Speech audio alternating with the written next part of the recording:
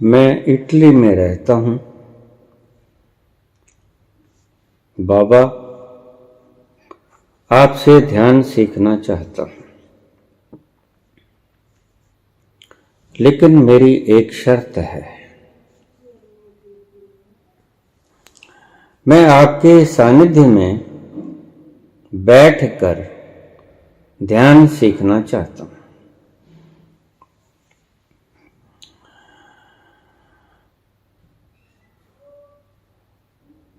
मैं एक अमीर व्यक्ति हूँ। द्रव्य की मेरे पास कोई कमी नहीं। मैं आपके यहां भी आ सकता हूं और आपको यहां इटली भी बुला सकता हूं। कृपया उत्तर दीजिए कि क्या आप मुझे सिखा पाएंगे?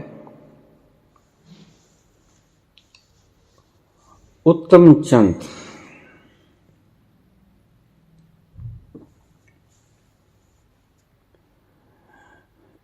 इटली के लोग इतने मूर्ख हुआ करते हैं, मुझे आज पहली बार पता चला।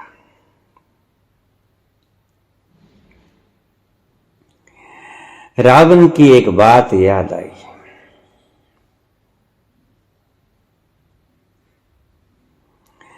रावण ने वेदों का अध्ययन करना था। ब्रह्मा जी के पास नहीं गए। ब्रह्मा जी को बुलावा भेजा कि रावण ने वेद अध्ययन करना है, आपको बुलाया है। ब्रह्मा जी बेचारे चले, रावण के पास पहुंचे। राक्षस राज है।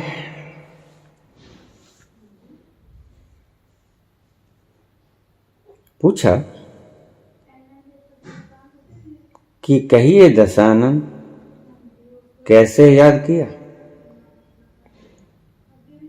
कहता, प्रभु, मैंने वेद अध्ययन करना है और आपसे बढ़कर विद्वान व्यक्ति कहीं भी नहीं है। कृपया मुझे वेद अध्ययन करवा दीजिए। कल से आऊंगा, ये कहकर ब्रह्मा जी चले गए। दूसरे दिन फिर आए तो क्या देखते हैं, एक सिंहासन नीचे, एक सिंहासन ऊपर, करीब 10 फुट की दूरी।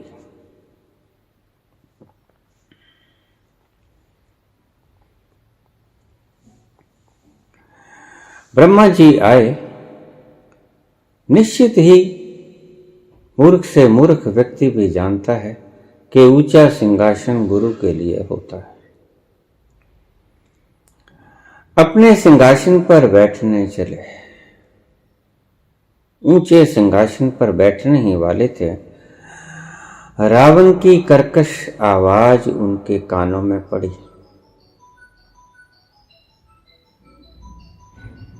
ब्रह्मदेव, ठहरिए, ये आसन आपके लिए नहीं है। ये आसन नीचे वाला आपके लिए है। ब्रह्मा जी बेचारे शरीफ आदमी हैं, शरीफ देवता हैं। सबसे ज्यादा शरीफ ब्रह्मा जी ही हैं। आपको शायद पता ना हो कि सारे संसार में ब्रह्मा जी का एक ही मंदिर है। शंकर जी के कितने मंदिर हैं, विष्णु के कितने मंदिर हैं, विष्णु के अवतारों को कितने मंदिर हैं, लेकिन ब्रह्मा जी का एक ही मंदिर है। क्योंकि हमारी दृष्टि में जो जन्म देता है, जो पैदा करता है, उसकी कोई कीमत कभी नहीं रही। जो पालन करता है उसकी कीमत रही है। इसलिए हमने 10 अवतार विष्णु के ही पैदा किए, ना ब्रह्मा के पैदा किए, ना शंकर के पैदा किए। ब्रह्मा जी ने बना दिया, बात खत्म। अब उसका पालन कौन करेगा जब तक वो जिएगा? और शंकर जी से तो उनके मंदिर डर के मारे बनाए गए, मृत्यु न जाने कब मार दे। उसका क्या भरोसा? त्रिशूल हाथ में है, त्रिशूल गड़ा दे तुम्हारे सीने में और डमरू बजाना शुरू कर दे, तुम्हारा डमरू बज गया। इस डर के मारे एक हाथ में डमरू, एक हाथ में त्रिशूल। ये था अर्थ भगवान शंकर के।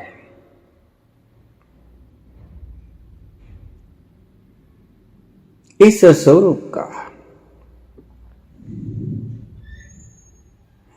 जहर भी पी लेते हैं, गंगा जी उनके सिर से निकलती है, आपका मल और मैल और पाप नाश भी कर देती है।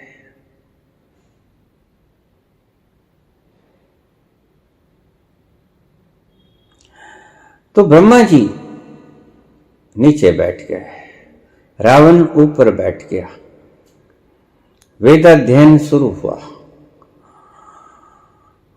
रावण को सुनाने के लिए ब्रह्मा जी को बार बार सिर ऊंचा करना पड़ता। सिर ऊंचा करके 10 फुट ऊंचाई पे बैठा रावण। इस कहानी के भीतर एक मर्म छुपा हुआ है, वो समझ लोगे तो आप कहानी को समझ लोगे।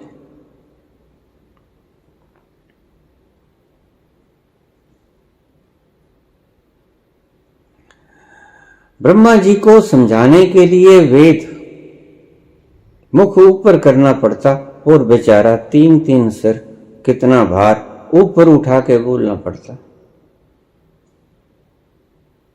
ऋचाएं वेद की बोलनी पड़ती, उनके अर्थ समझाने पड़ते। रावण को मुंह ऊंचा करके 10 फुट ऊपर बैठा था रावण। धीरे धीरे करके चारों वेदों का अध्ययन कर लिया गया।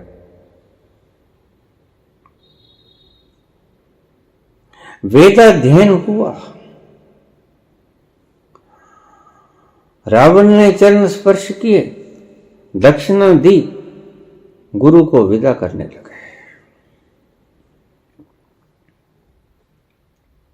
प्रभु आपका बहुत धन्यवाद, आपने मुझे चारों वेदों का ज्ञानी बना दिया।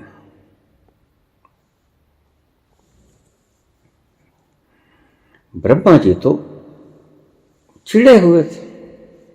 रोज रोज का ये कलेश, 3 सिरों का भार ऊपर उठाना पड़े, 10 फुट ऊपर बोलना पड़े, एक एक मंत्र बोलना पड़े। अब ऋचाएं बहुत हैं, क्या किया जाए?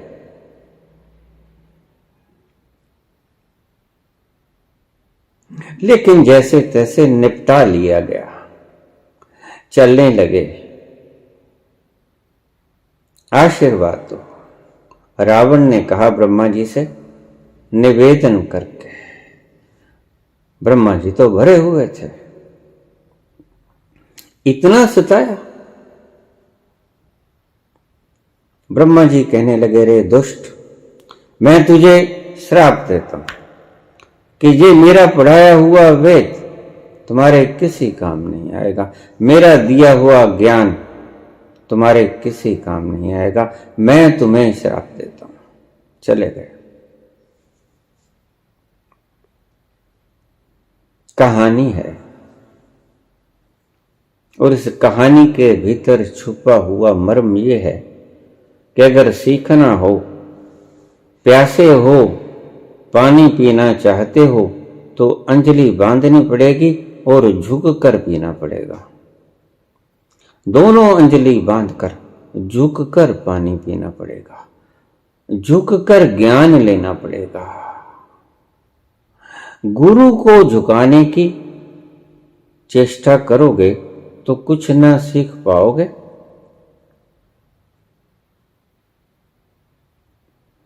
अज्ञानी ही रह जाओगे।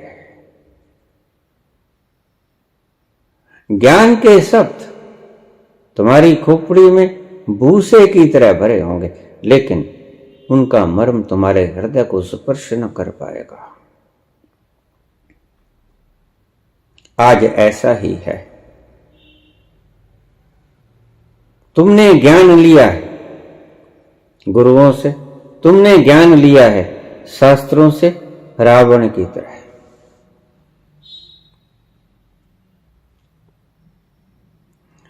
तुम चाहते हो कुछ शास्त्रों से, तुम चाहते हो कुछ गुरुओं से,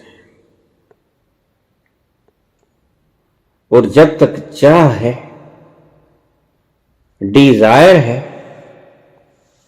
तब तक जिसकी खोज में तुम वेद अध्ययन करने चले हो वो न मिलेगा।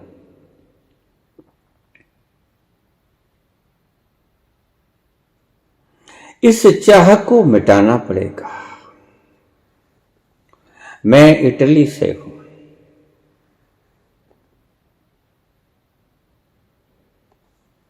प्रचुर मात्रा में धन धान्य से संपूर्ण हूं। मैं ध्यान की विधियां सीखना चाहता हूं, उत्कंठित हूं, प्यासा हूं।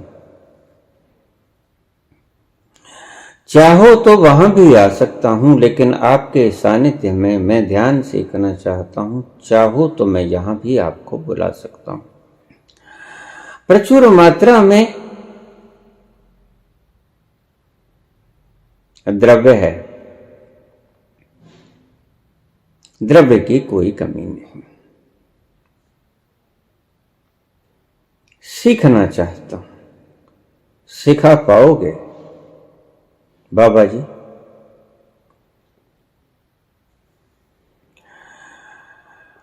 इतना मूर्ख मैं नहीं।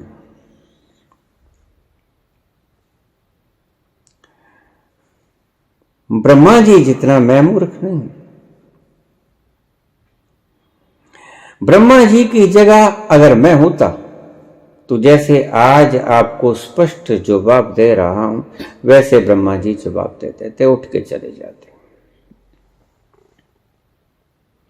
डरपोक रहे होंगे, कायर रहे होंगे कि कहीं ये राक्षस मुझे मार ही ना दे, मेरा वजूद ही ना मिटा दे। बैठ गए चुप करके, माऊ भीगी बिल्ली बन के अपने आसन पर नीचे। सिर उठाते और बोलते, वर्षों बीत गए, 4 वेद कोई छोटी मोटी बात तो है नहीं।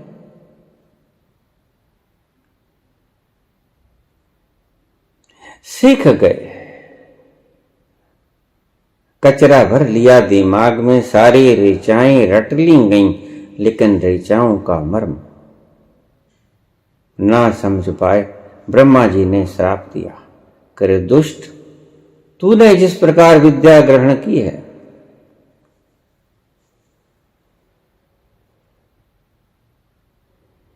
तूने अपने अहम की संतुष्टि की है, जबकि वेद अहम की संतुष्टि नहीं करवाते। वेद अहंकार को समाप्त करने का एक जरिया है। जिसे ज्ञान हो गया उसकी न छाती चौड़ी हो पाएगी, न गर्दन में किल्ला फंसा रह जाएगा। जिस वृक्ष को फल लग जाया करता है वो उस फलों के भार के कारण ही झुक जाया करता है। झुकना एक जरूरी घटना है। अगर ज्ञानी को झुका हुआ ना देखो तो उसे अज्ञानी ही मानना।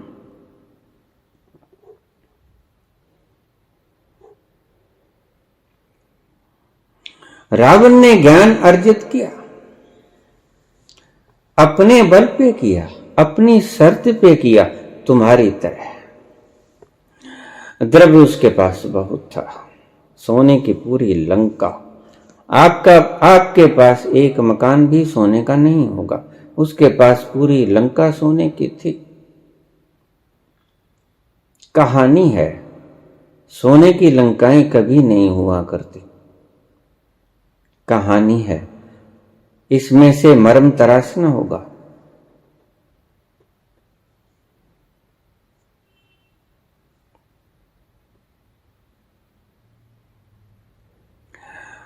विष्णु जी सदा ही क्षीर सागर में आराम करते रहते हैं।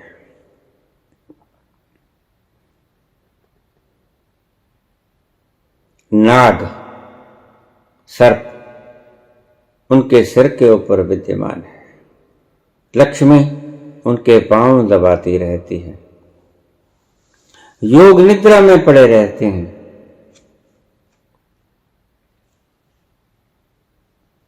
बाबा जी इसका क्या अर्थ है?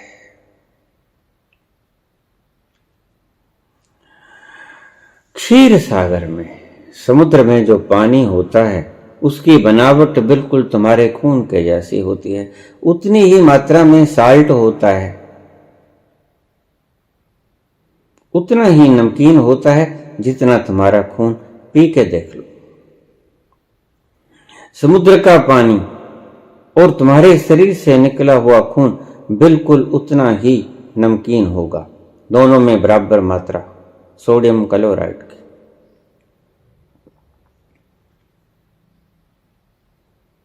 तुम्हारा शरीर है, उसके भीतर अगर आप योग निद्रा में चले जाओ, थोड़ा ध्यान से समझने की चेष्टा करना। ये पुराणों के वक्तव्य हैं, इनके भीतर रस ढूंढना पड़ेगा।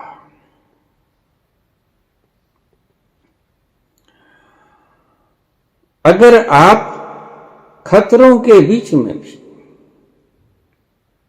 योग निद्रा में जा सको, शेष नाग की शैया, बहुमुख वाला शेष नाग किसी वक्त काट भी सकता है। लेकिन अगर तुम योग निद्रा में चले गए तो दो बातें होंगी। जैसे ही तुम योग निद्रा में गए, भगवान विष्णु की ये तस्वीर कुछ मर्म लिए रहती है, कुछ छुपा है इस तस्वीर के भीतर।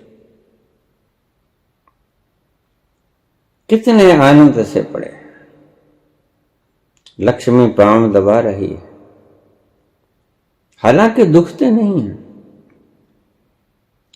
ऐसी कौन सी मेहनत की है विष्णु ने जो उसके पांव दुखते ही रहते हैं? नहीं, ऐसी कोई बात नहीं। मजे से पड़े हैं, योग निद्रा में पड़े हैं। दो बातें घटित होंगी।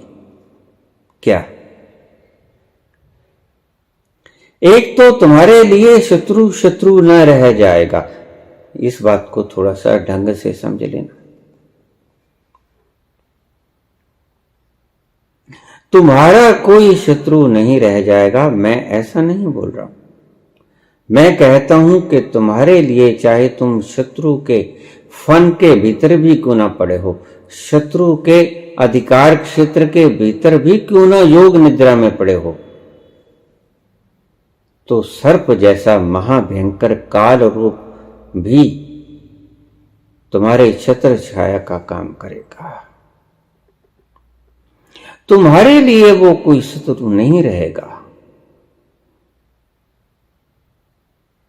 तुम शत्रु विहीन हो गए, तुम शत्रु के भय से मुक्त हुए। और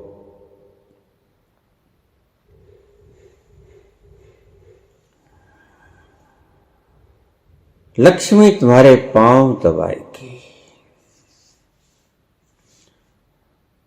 ये प्रचुर मात्रा में द्रव्य तुम्हारे पांव को छूमेंगे आकर।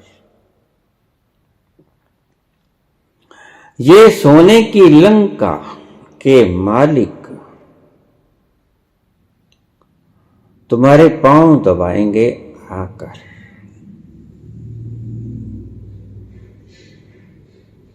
अगर तुम ऐसी परिस्थितियों में क्षीर सागर में विष्णु की तरह ऐसे मुकाम में, जबकि आपके सिर के ऊपर एक भयंकर विष रूप सर्प आपके सिर के बिल्कुल ऊपर बैठा है और खतरा है,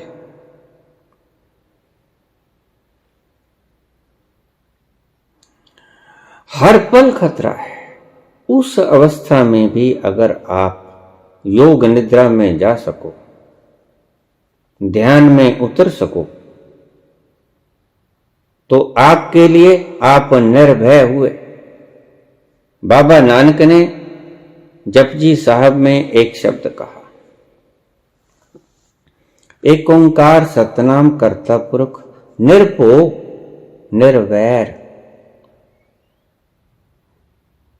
उसको ना तो किसी से वैर होता है, ध्यान से समझ लेना, उसका कोई वैरी नहीं होता, ऐसा नहीं है। वैरी तो उसके बहुत होंगे, हो सकते हैं, लेकिन वो उसके मन में किसी के प्रति वैर की भावना नहीं होगी। निरपुण, और किसी के प्रति वो भय से भी नहीं कंपेगा। ना तो उसको किसी का डर होगा, ना उसको किसी से वैर होगा। दूसरों को उससे वैर हो सकता है और दूसरों को उससे डर भी हो सकता है। ये उनकी साइकोलॉजी की है, ये उनका मनोदशा है। अगर ऐसी अवस्था में तुम योग निद्रा में पहुंचे जाओ,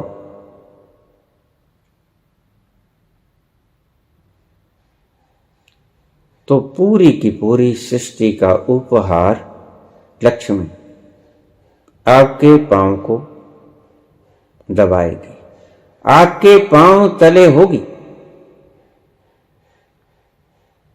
आपके पांव दबाएगी।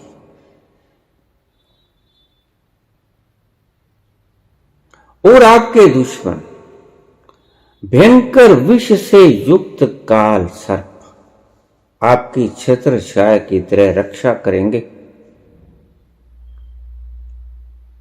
लक्ष्मी आपके पांव दबाएगी। अगर आप ऐसी अवस्था में पहुंच जाओ,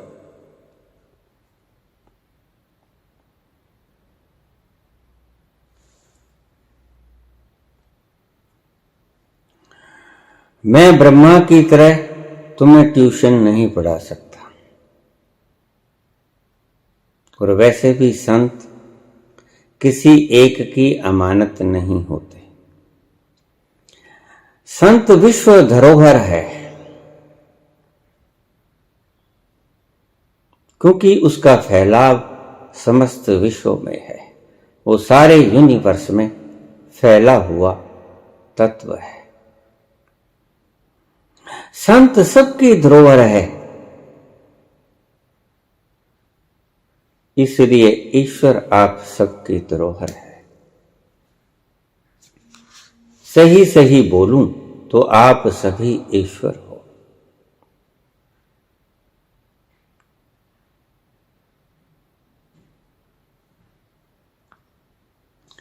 बहुत सुंदर लिखा है। चाणक्य की सारी नीति प्रयोग कर ली गई। साम दान, मैं वहां भी आ सकता हूं, यहां भी बुला सकता हूं। दान सब कुछ है, द्रव्य है, दंड है, ये भी अप्रत्यक्ष रूप से आ ही गया।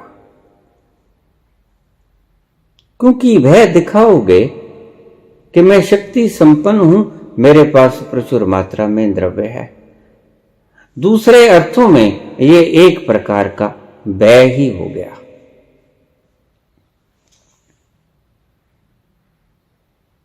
और जिसके पास शक्ति है वो दंड भी दे सकता है।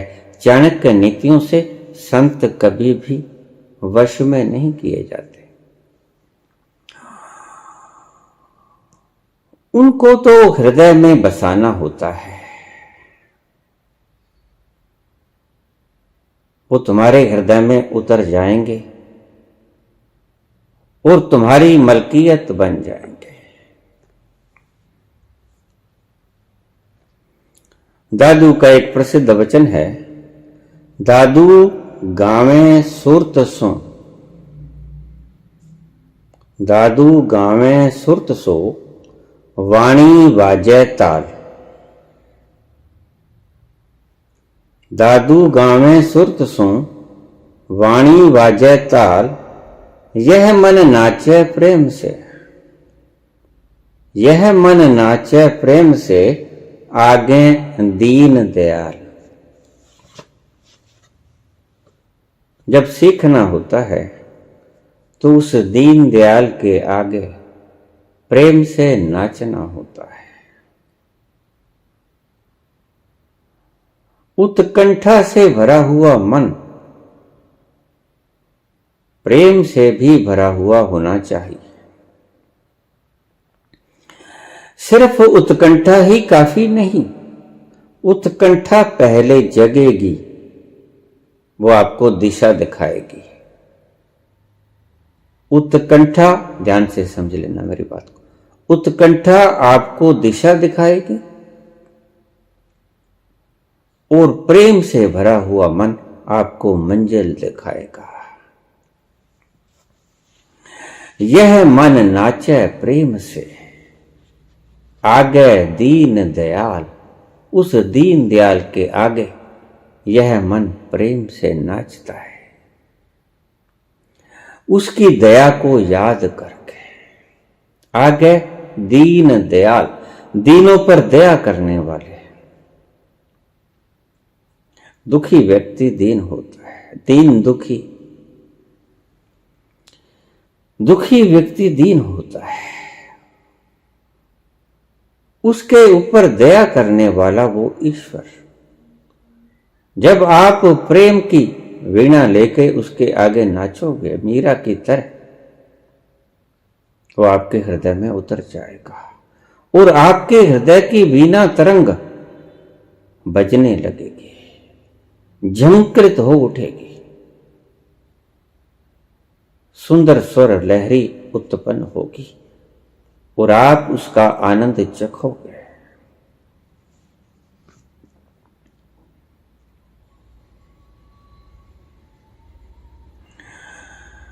रावण की शर्तों पे अगर ब्रह्मा से सीख लिया तो कुछ ना सीख पाओगे, खाली के खाली रह जाओगे। फिर आप काग पंडायो पिंजरो, पढ़ गयो चारों वेद, समझाए समझो नहीं, रहो ढेढ़ को ढेढ़। इसका अर्थ, चारों वेद पढ़ लो, अहंकार अगर न मिटा तो वो ही आप मूर्ख के मूर्ख रहोगे, मूढ़ के मूढ़ रहोगे। यहां लोभ नहीं चलता, संसार में सब कहीं लोभ चलता है। सारे चाणक्य की चारों नीतियां साम दान दंड भय संसारिक व्यक्तियों के आगे चलती हैं, संत के आगे आपकी कोई नीति नहीं चलती। संत के आगे सिर्फ एक ही नीति चलती है, ये मन नाचे प्रेम से, आगे दीन दयाल। उस दीन दयाल को, उस परम कृपालु को, दीनों पर दया करने वाले को मन जब प्रेम से नाचता है उसके आगे, आनंद विभोर होकर, तो ईश्वर उसके हृदय में बस जाते हैं।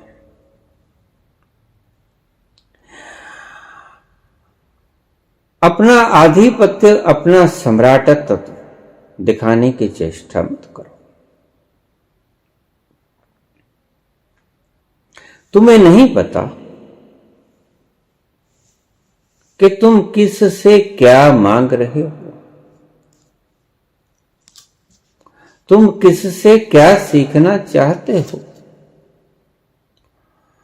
यही वक्त जो खराब किया रावण ने, सिंहासन बदल देता तो ये बुद्धि कचरे से न भरती, ये बुद्धि ज्ञान से भर जाती। इतना ही फर्क है।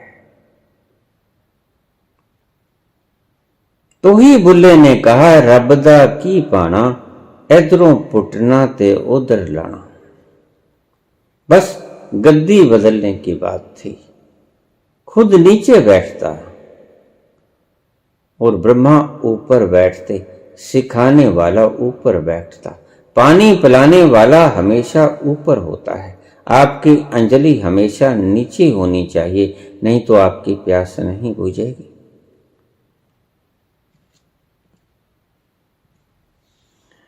यह अकाट्य सत्य है। जब प्यास बुझानी होती है अंजलि बांधकर, तो अपनी अंजलि बांधकर मुख पर लगाकर और सिर को नीचा झुकाना होता है। प्रेम न बाड़ी उपजै, प्रेम न हाट बिकाय, राजा प्रजा जहि रुचै, शीस दे ले जाए। जब तक शीस नहीं दोगे, तब तक ये प्रेम आपके हृदय में नहीं उतरेगा। इस प्रेम की अगर आप कामना करते हो, तो इस शीश की बलि देनी होगी। आज हम शीश की जगह सांकेतिक रूप से नारियल, जटा वाला, जटा जूट नारियल चढ़ा देते हैं। उसके वैसे ही आंखें होती हैं, वैसे ही नाक होता है, मुख होता है, और वैसे ही सिर के बाल जैसी जटाएं होती हैं। अर्पित कर देते हैं हवन कुंड में। है तो यही, प्रोसेस तो यही है, प्रोसीजर बिल्कुल यही है, लेकिन पुराणों की तरह रस इसके भीतर छुपा है।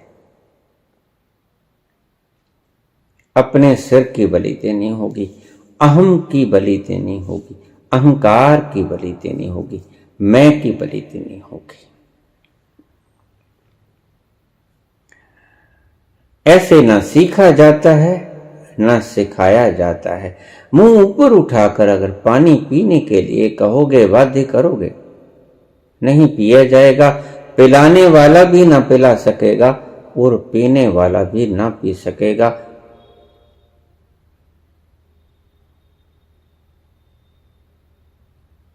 दंड से सीखो।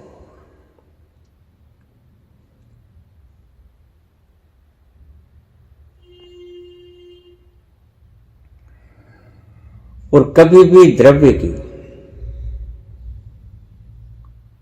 इतनी अकड़ मन में मत पालना। कौन जाने किस घड़ी वक्त का बदले मिजाज। आज है, सुबह धूप होती है, शाम ढल जाती है।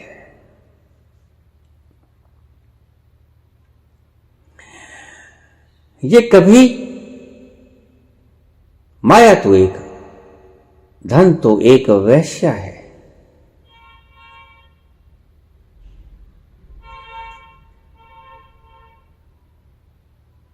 गोरखनाथ ने कहा, माया तो ठगनी भई, ठगत फिरत सब देश। माया तो ठगनी भई, ठगत फिरत सब देश। जिस ठग ने ठगनी ठगी। कितना सुंदर वाक्य है। माया खुद ठगनी है और सब किसी को ठगती फिर रही है। जैसे आज आप मुझे ठगने की चेष्टा कर रहे हो, यह ठगने की चेष्टा है, आपको नहीं पता है। आप ठगना चाहते हो ध्यान की इस अवस्था को, और ध्यान रखना कि ध्यान की ये चरम अवस्था प्रेम ठगने से नहीं मिला करती, झुक के मिला करती है, अहंकार को समूल नाश करके मिला करती है, तुम्हारी चतुराई से नहीं मिला करती है। सहस स्याणपा लख हो गए, एक न चल रहे नाल, तुम्हारे साथ नहीं चलेगी। एक भी कितनी ही स्याणप वर्त लो, तुम्हारे शब्द तुम्हारे लिए वजन रखते होंगे, लेकिन संतत्व में इनकी माटी जितना मोल भी नहीं।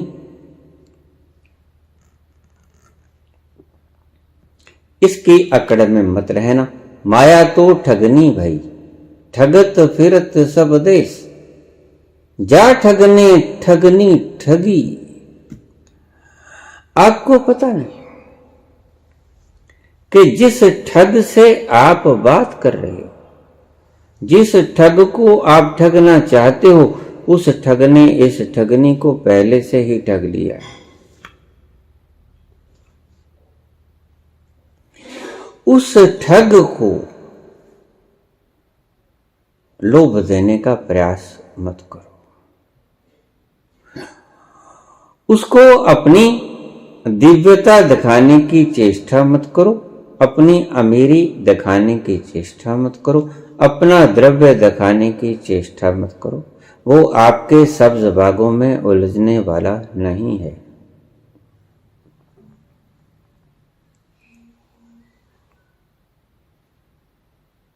जब भी सीखोगे, अगर ऐसी ही नियत रखोगे, तो मैं भविष्यवाणी करता हूं कि आप कभी ना पहुंच पाओगे। अगर पहुंच पाओगे कभी, तो ये सारा तंत्र आपको विनष्ट करना होगा। हवन कुंड में भस्मीभूत करने के लिए इसकी आहुति डालनी होगी आपको। ये जो सारे शब्द आपने कहे,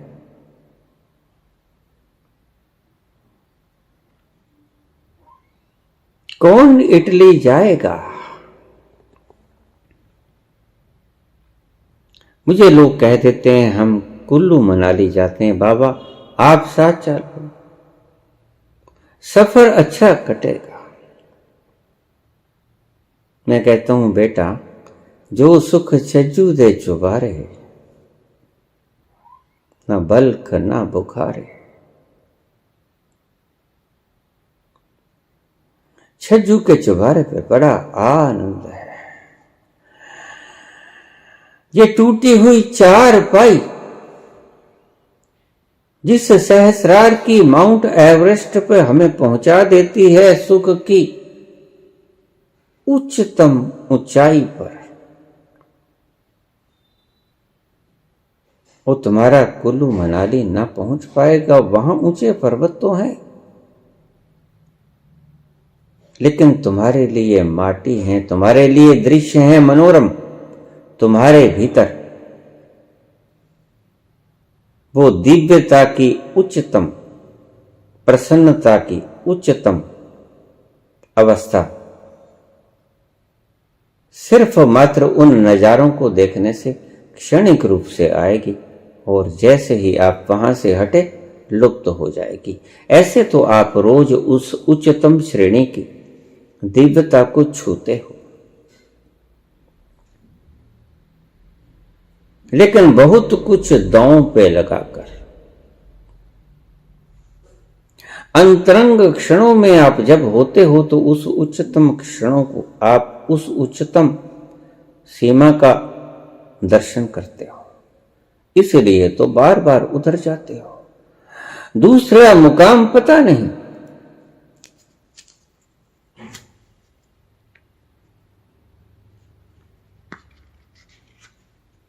और मांगने की तमन्ना खत्म हुई जब से अपना मुकाम देखा है। सब चाहते मिट गए,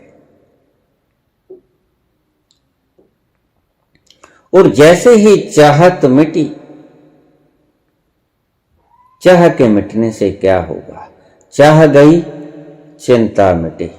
जैसे ही चाह, आपको चिंता होती कब है? जब आपकी चाह पूरी नहीं होती। आपने कुछ भी चाहा, कुछ भी चाहा, और उसमें खलल पड़ गया, तो आपको चिंता होगी या क्रोध होगा कि फलाने मेरी चाहत पूरी करने में अड़चन डाली। चाह गई, चिंता मिटी, मनवा बेपरवाह। एक छोटा सा प्रयोग करना। मैं बरसों से इसका प्रयोग करता था। कोई संत पुरुष मुझे जाता जाता बता गया था। जब रात्रि को आप बिस्तर पर सोने लगो तो सारे काम धाम खत्म करके सोना और ऐसा मन में भाव रख के सोना कि बस अब सुबह नहीं जागेंगे, जो करना था कर लिया, खाना था खा लिया, भोगना था भोग लिया, देखना था देख लिया, जो कुछ चलना फिरना कुछ था वो सब कर लिया, अब करने को कुछ बाकी नहीं, अब मैं सोया कि सुबह नहीं उठूंगा। ऐसा अगर आपका तीव्रतम भाव हो जाए तो आप चिंता मुक्त हो जाओगे। लेकिन अगर आप दफ्तर की, दुकान की, बाजार की उलझने साथ लेके आओगे तो मनवा बेपरवाह नहीं हो सकेगा, मनवा चिंता युक्त ही रहेगा और आपकी निद्रा में खलल पड़ेगी। और अगर निद्रा में खलल पड़ेगी तो दिनचर्या में भी खलल पड़ेगी। याद रख लेना मेरी बात को, जब तक आप रात को पूर्ण रूप से शिथिल होकर विश्राम न कर पाओगे, दिन में उतने चुस्त होकर काम भी न कर पाओगे। जितना गहरा विश्राम रात्रि को, उतना गहरा श्रम दिन में। चाह गई चिंता मिटी, चाहत दिन में तो रखना, श्रम भी करना। श्रम का जो भी रिजल्ट आए वो बिस्तर पर साथ लेके मत जाना, घर के दरवाजे पर बाहर छोड़ देना।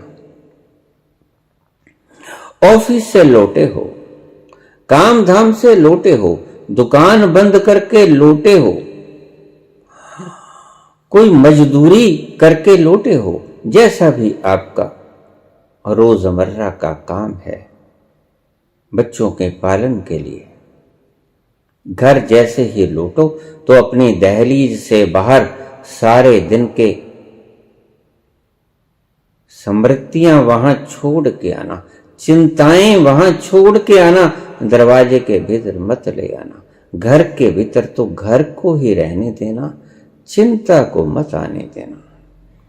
चाह गई चिंता मिटे। चाह क्या है? चाह है सुख की।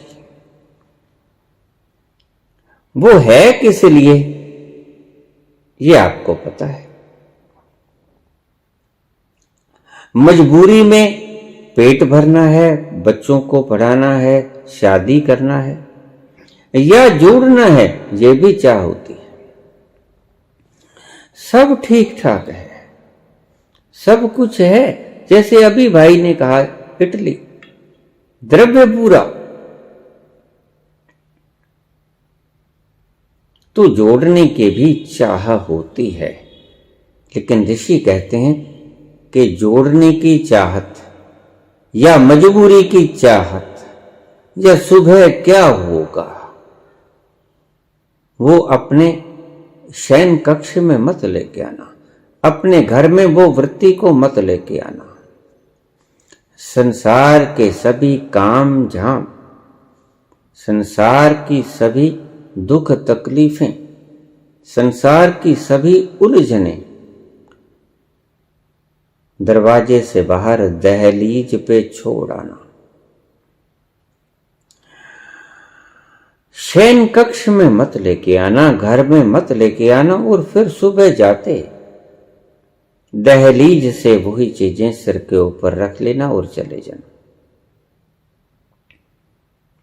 कोई बात नहीं,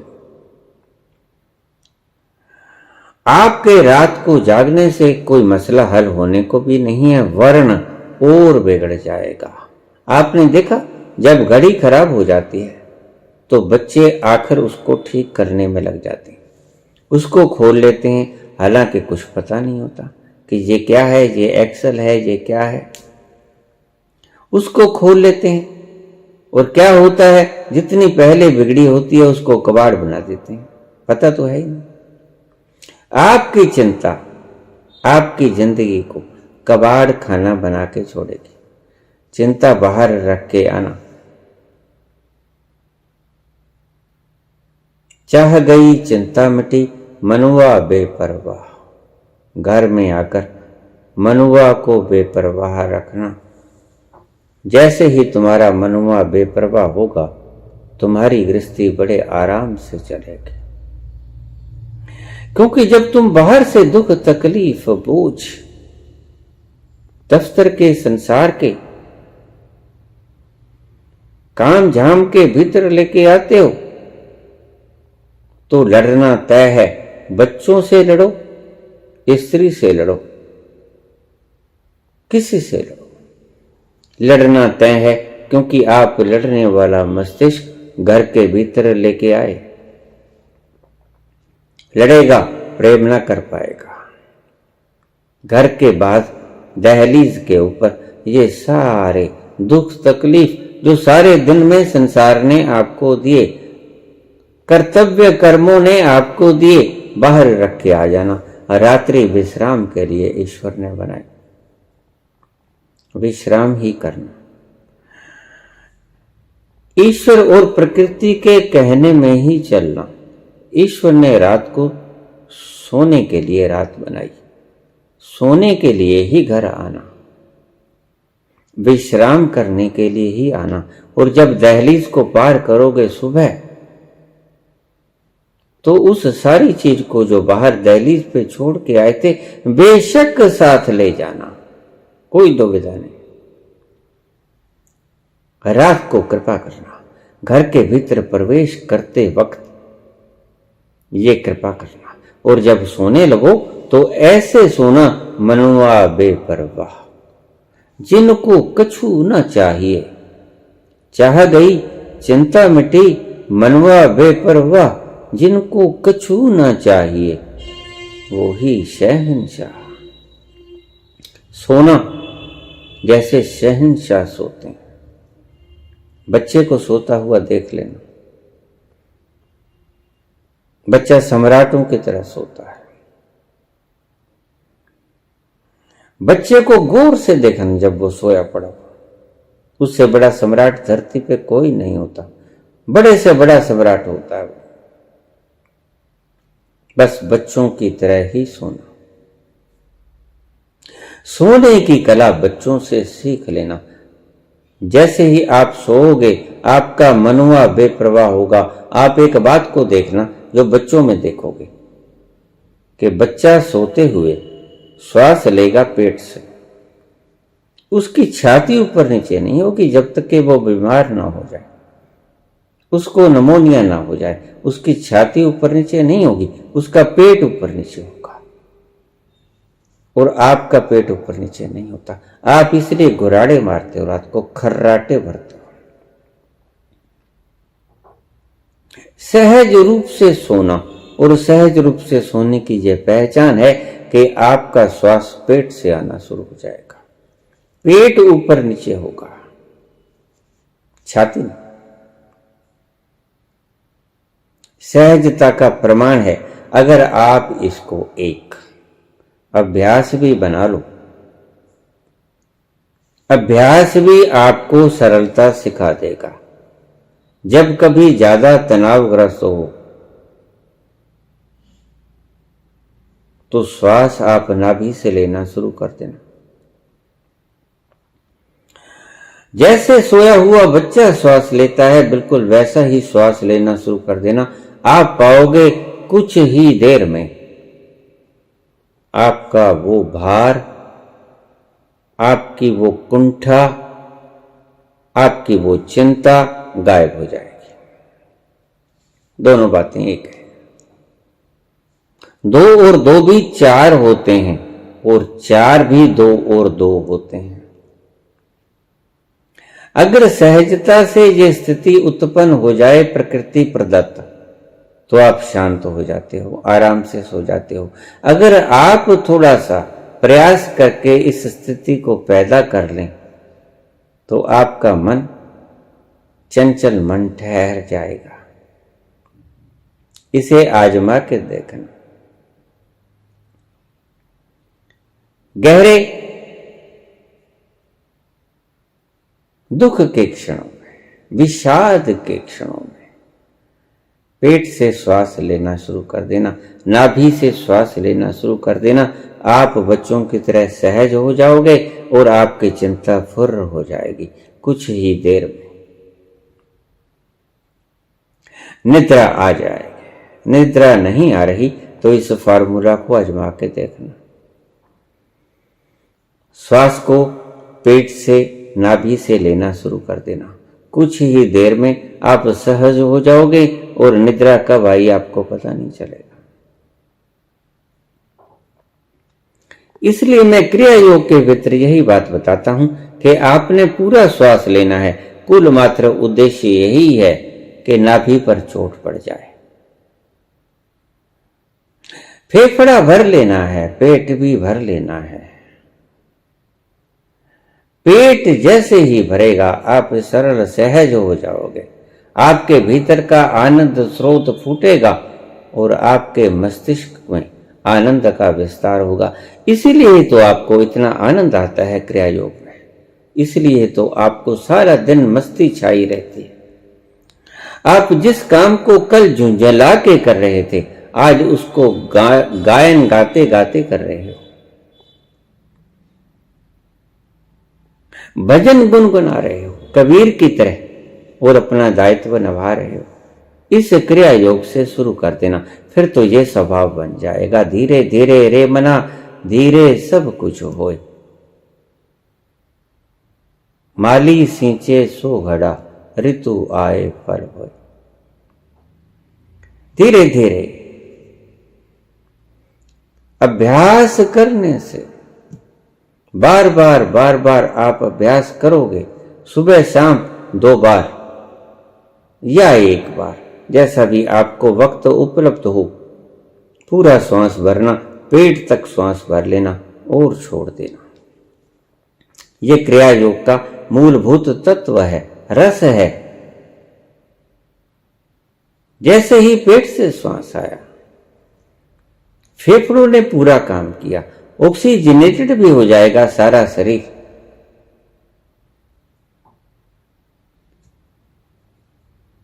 रक्त को ले जाने वाली हीमोग्लोबिन फुल ऑक्सीजनेटेड हो जाएगी।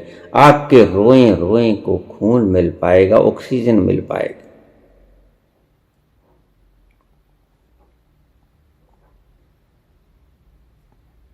चाह गई चिंता मिटी, मनुआ बेपरवाह।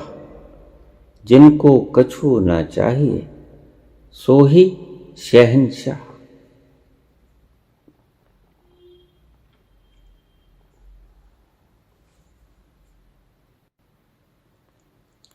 अब एक छोटा सा नुस्खा। जिन व्यक्तियों को जोड़ों का दर्द रहता है और पेट में खराबी रहती है, जो सुबह उठकर बिना कुरली किए तांबे में रखा हुआ पानी, तांबे की गड़वी में रात को सोते वक्त पानी रख दो, सारी रात वो पड़ा रहे। सुबह उठकर बासी मुंह वो पानी पी लो। क्या होगा? एक तो तांबे के भीतर जो पानी होता है उसकी गुणवत्ता बदल जाती है रात्रि भर में, और दूसरा रात्रि भर में जो सलाइवा आपके मुख के भीतर इकट्ठा होता है, वो कुरली करने से आप बाहर फेंक देते हो। वो बहुत कीमती चीज है डाइजेस्टिव सिस्टम के लिए। उसकी बड़ी आवश्यकता होती है। आपकी पेट की सभी बीमारियों को ठीक करने की क्षमता रखता है वो सुबह सुबह का सलाइवा। जैसे ही आप सुबह उठकर बासी मुंह पानी पियोगे और ताम्र पत्र में रखा हुआ पानी पियोगे, ताम्र पात्र गड़वी एक ले आओ बाजार से, उसको भर के रख लो। सुबह उठ को आप उसको पी लो। वो ताम्र पात्र के भीतर रखा हुआ पानी तो अपना फायदा अपने ढंग से करेगा, लेकिन साथ में जो रात्रि भर का आपका सलाइवा मुख में इकट्ठा हुआ है, सभी ग्लैंड्स में इकट्ठा हुआ है मुख में, वो आपके पेट के भीतर चला जाएगा और आपका डाइजेस्टिव सिस्टम क्रांतिकारी तरह से परिवर्तित हो जाएगा। उसके अलावा कुछ ऐसे गुण होते हैं तांबे की गड़वी के भीतर पानी रखने से कि आपके भीतर जो जोड़ों में दर्द होता है जाएगा तो ये धीरे धीरे, पहले दिन से उम्मीद मत कर लेना, धीरज रखना पड़ेगा। इसे रोज पिएं, धीरे धीरे आपको दवाइयां खाने की आवश्यकता नहीं पड़ेगी। ताम्र पात्र में रखा हुआ पानी सुबह सुबह पी लीजिए, उस पानी का असर अपने ढंग से होगा और वो पानी जो सलाइवा को साथ लेकर आपके पेट में जाएगा वो अपने ढंग से काम करेगा। डाइजेस्टिव सिस्टम भी आपका ठीक हो जाएगा और आपके जोड़ों का दर्द भी धीरे धीरे कम हो जाएगा।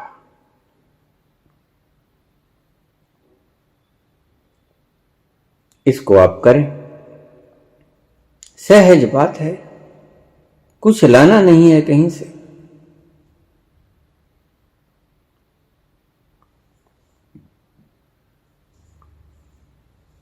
सबसे अंतिम बात,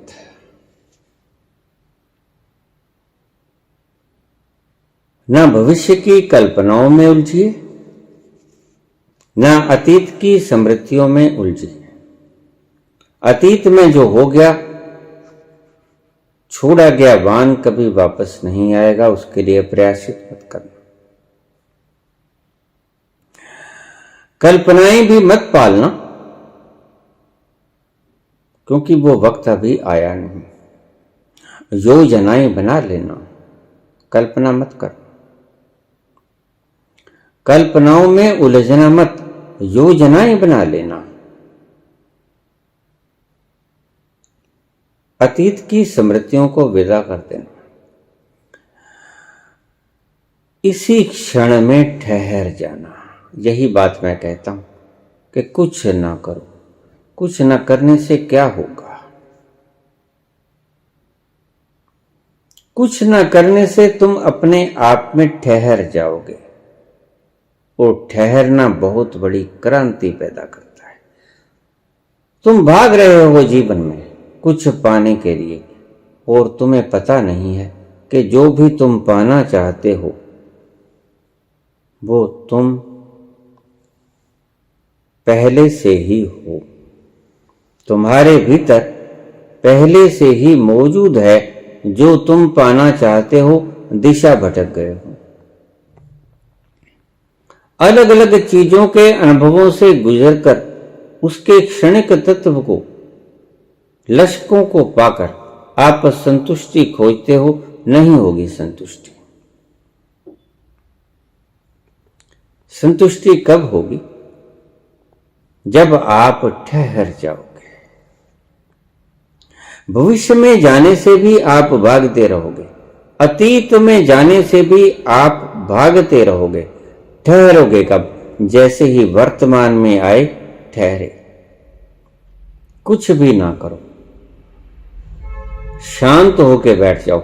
मैंने बहुत बार बोला, मैं बार बार फिर बोल देता हूं, क्योंकि मन को भूलने की आदत है। फिर याद करा देता हूं, अभी इसी क्षण में रहो। जैसे ही तुम इस क्षण में आए वैसे ही तुम अपने भीतर खिसकना शुरू हो जाओगे और फिर वो परम तत्व, आनंद का खजाना, आनंद का स्रोत ज्यादा दूर नहीं है। एक दिन तुम उसमें छलांग लगा ही लोगे। लेकिन अगर भागते रहे तो बहुत दुनिया लंबी चौड़ी है, ये यूनिवर्स बहुत महान है, इसको कभी नाप ना पाओगे। बाहर की दूरी कभी तय नहीं होती, भीतर की दूरी तय हो जाती है। क्यों? क्योंकि भीतर की दूरी दूरी है ही नहीं। भीतर की दूरी दूरी है ही नहीं। तुम तुम्हारे पास सदा से ही हो। मैं अपने साथ रहता हूं हमेशा, मैं अपने साथ रहता हूं हमेशा। अकेला हूं मगर तन्हा नहीं, अकेला हूं मगर तन्हा नहीं। धन्यवाद।